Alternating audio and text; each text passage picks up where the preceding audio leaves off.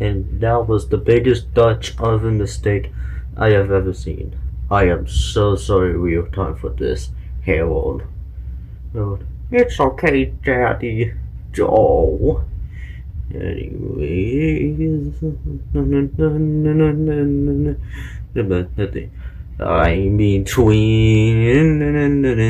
I between. It's just my goodbye song. It's sad to see. I'm between. I'm in between. Wash you down, wash go up, and I'm in between. Up in the middle. In between. In between.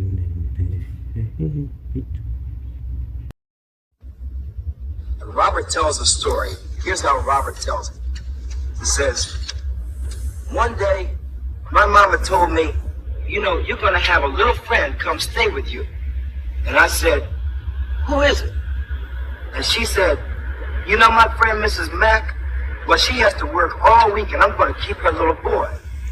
I asked, for how long? She said, he'll stay all week and his mother will come pick him up on Saturdays. The next day, the doorbell rang. It was a lady and a kid. He was smaller than me. I ran to my mother. Is that them? They went in the kitchen, and I stayed out in the hall to listen. The little boy's name was Stephen, but his mother kept calling him Stevie. My name is Robert, but my mama don't call me Roberty. And so Steve moved in with his old crybaby self. He always had to have his way, and he was greedy too. Everything he sees he wants. Could I have some of that? Give me this. Man, since he was littler than me, while I went to school, he used to stay home and play with my toys. I wished his mother would bring some of his toys over here to break up. I used to get so mad at my mother when I came home after school. Mama, can't you watch him and tell him to leave my stuff alone?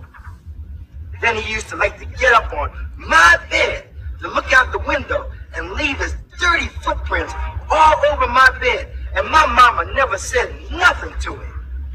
And on Saturdays, when his mother comes to pick him up, he always tries to act cute just because his mother's there.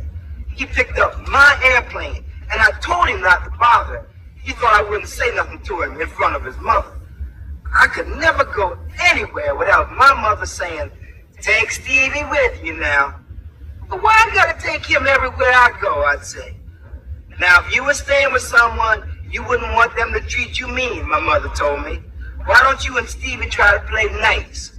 Yeah, but I've always been nice to him with his old spoiled self. He's always got to have his way anyway. I had to take him out to play with me and my friends. Is that your brother, Bobby, that asked me? No. Is that your cousin? No, he's just my friend, and he's staying in my house, and my mother made me bring him. You got a babysit. Bobby the babysitter. Oh, be quiet. Come on, Steve. See, why you gotta make all my friends laugh for? Bobby the babysitter, my friend said. Hey, come on, y'all, let's go play in the park. You coming, Bobby? One of my friends said. No, my mama said he can't go in the park, because the last time he went, he fell and hurt his knee with his old stupid self. And then they left. You see, I can't even play with my friends. Man, come on. I'm sorry, Robert. You don't like me, Robert? I'm sorry, Stevie said. Oh, be quiet. That's okay, I told him. One time, when my daddy was having company, I was just sitting behind the couch, just listening to them talk and make jokes and drink beer. And I wasn't making no noise. They didn't even know I was there. Then here comes Stevie with his old loud self. Then when my father heard him, he yelled at me and told me to go upstairs, just cause of Stevie. Sometimes people get on your nerves, and they don't mean it or nothing, but they just bother you. I gotta put up with him. My mama only had one kid. I used to have a lot of fun before old stupid came to live with us. One Saturday, Steve's mother and father came to my house to pick him up like always.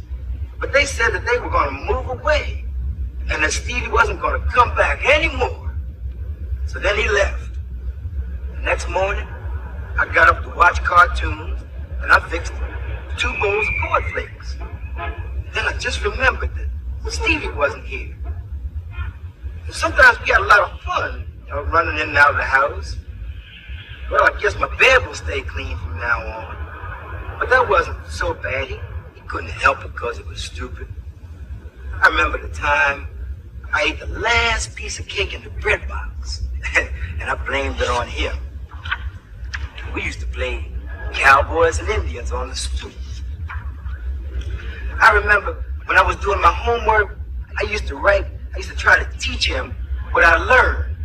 He could write his name pretty good for his age. I remember the time we played Boogeyman and we hid under the covers with Daddy's flashlight. And that time we was playing in the park under the bushes and we found these 2 dead rats, and one was brown and one was black. And him and me and my friends used to cook Mickeys or marshmallows in the park. We used to have some good times together. I think he liked my mama better than his own, because he used to call his mother Mother. And he called my mama Mommy. Oh, no, man. I let my cornflakes get soggy thinking about him. He was a nice little guy. He was kind of like a little brother. Little Stevie. I like that story. I think I'll read it again soon.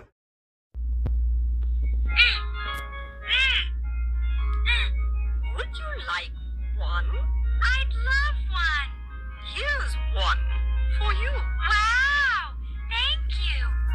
My one and only one. Sesame Street was brought to you today by the letter X and by the number 1.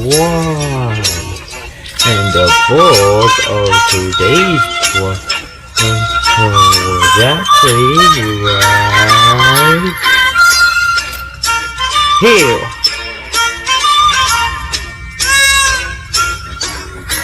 The book, Stevie, was made by John Steptoe. Copyright 1969, Scholastic Incorporated. Sesame Street was the very merry production of the Children's Television Workshop. Bye-bye now. Mwah!